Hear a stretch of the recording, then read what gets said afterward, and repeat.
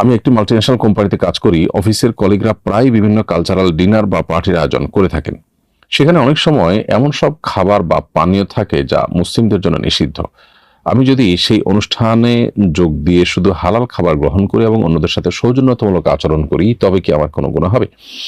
আহ প্রিয় ভাই, এ সম্পর্কে মুসনাদে আহমদে একটা হাদিস বর্ণিত আছে জাবের রাদিয়াল্লাহু তাআলা আনহু থেকে, যে নবী করিম সাল্লাল্লাহু আলাইহি সাল্লাম পরিষ্কারভাবে আমাদেরকে বলেছেন যে ব্যক্তি আল্লাহ এবং আখিরাতের প্রতি বিশ্বাস করে সে যেন এমন কোন মজলিসে খেতে না বসে যেখানে মদ সার্ভ করা হচ্ছে বা মদ পান করা হচ্ছে।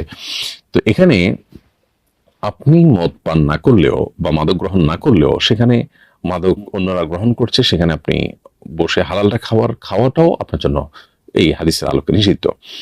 আহ কোন কোন আলেম এটার ব্যাখ্যা বলেছেন যে একটা টেবিলে মদ সার্ভ চলছে, আপনি অন্য একটা টেবিলে বসে জায়েজ আছে।